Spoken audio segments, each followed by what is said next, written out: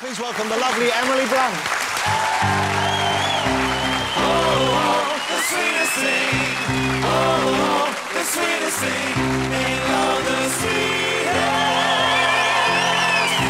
Oh, the sweetest thing. Wow, that's a great dress you got on there. No, I'm a bit worried it's a bit short. You can see the top of my tights. Don't ever worry about a dress being too short. Now, just flown in from Los Angeles to be with us, yes. I believe, and happy birthday. It was your birthday this week. It was on Monday, yeah. Wow, 42. What a I lovely... know. What a I know. It's had a bit of work done, ladies and gentlemen. That's what you go to LA for. Nip it just a little bit. Now, how old are you? How old were you this year? 26. Wow, well, congratulations. Thank you. I remember when I was 26. What were those days like? They were very similar to the way they are today. That's a worry. Yeah. Just no petrol. We were steam-driven. OK, Devil Wears Prada. Yes. I loved that movie. I didn't think I would necessarily. I loved it. It was a tremendous, fun movie. I've watched it with my kids any number of times. Now, you played the assistant to the woman who edits a magazine rather like Vogue, yes. which is based on a woman in real life who is somewhat scary, I believe. Yes. Yeah. Did you get to meet her? Did you do much research for the part? Did you get to hang out at the magazine? I didn't actually hang out at the magazine. I actually went to this sort of fashion event called the Met Ball, which I was really dreading, and I wasn't aware that Anna Wintour was in charge of it. Well, there she is. You can see she's a nice, jokey person to hang out with. Very relaxed and yeah. calm.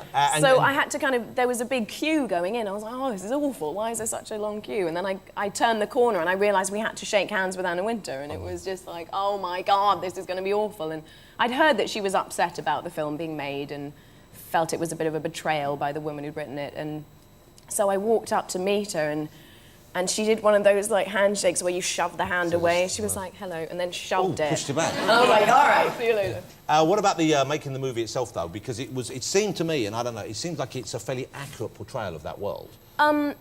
That's what people tell me. I mean, I think it is that sort of awful and incestuous and competitive. But at the same time, you can see why people love it, because if you like clothes, if you like fashion, you would want to be there. It feels like you're in the centre of it all. Well, you would. I mean, but I certainly wouldn't want to work in an office where you can't eat a bagel. No, I wouldn't want to either. Did you get to keep any of the clothes? Did you get to keep any of the gear from the... I didn't. It's a real sore point, because Meryl decided to auction them all off. So Meryl Streep... So, that was nice. No, obviously it was for charity, so...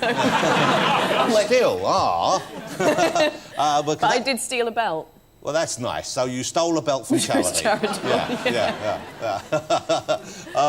Yeah, she's fantastic in the film, she of course. Yeah. And it must be daunting, I'm sure, for any young actress to go in and know you're working with Streep. Yeah. Did she put you at ease? Is she relaxed with you? She met us at the read-through, and she was really nice and really supportive and laughed at my first line, which I appreciated. And then afterwards, she took Annie and I aside and she said, you know, I'm really happy that you guys are in the movie and I think you're going to be really good. And that's the last nice thing I'm going to say to you. And it really was, like, that was it. And so when we got to set, she was quite frosty. So she stayed in character then? A little bit. I mean, it wasn't that we couldn't approach her, but she was quite reserved. I think she hated playing her, to be honest. Really? Why so? Yeah, because I think that she felt she was rather soulless, sort of boring. Oh, but she does it's a great performance. She does a good dragon. But I can imagine, you know, when you meet someone who you've admired for years, it is intimidating. I mean, when Clive came in this evening and met me, you could see he was a little bit... Clive is quaking back there. He was, I'm something of a role model to that young man.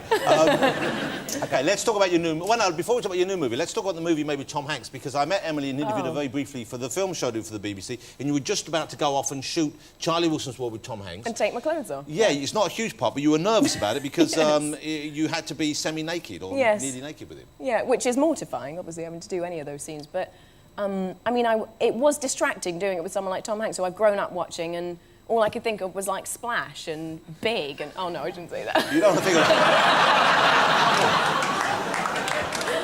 Oh, God. You're naked with Tom Hanks and think about Splash and Big. You can tell him that?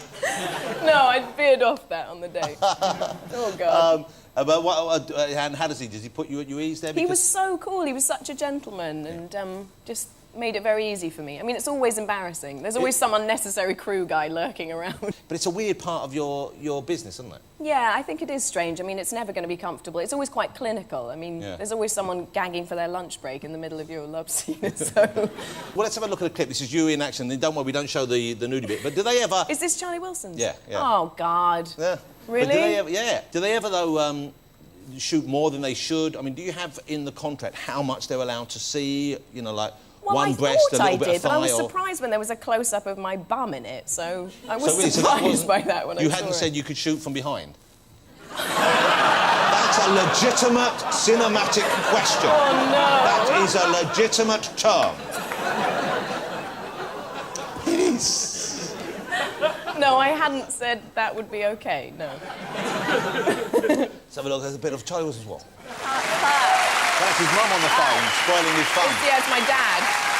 Well, Actually, it's so embarrassing watching that. It's so embarrassing because I remember the song where I'm supposed to be coming down the stairs. Originally, it was going to be I'm a joker, I'm a donor, Yeah. and I was like, I can do that. That's in my range. The and Steve then Miller Band, yeah. when Mike Nichols had the idea to do Angel of the Morning, when I heard it, you can hear how high it is. I sound like a canary, and like so the option was to do Just Call Me Angel, or like to do it Just Call Me Angel. I didn't know which one was sexier, so I went for the neither of the way you just did it there is sexy. neither one. Welcome to Friday Night with me, Jonathan Ross. Welcome to Alan Carr, China!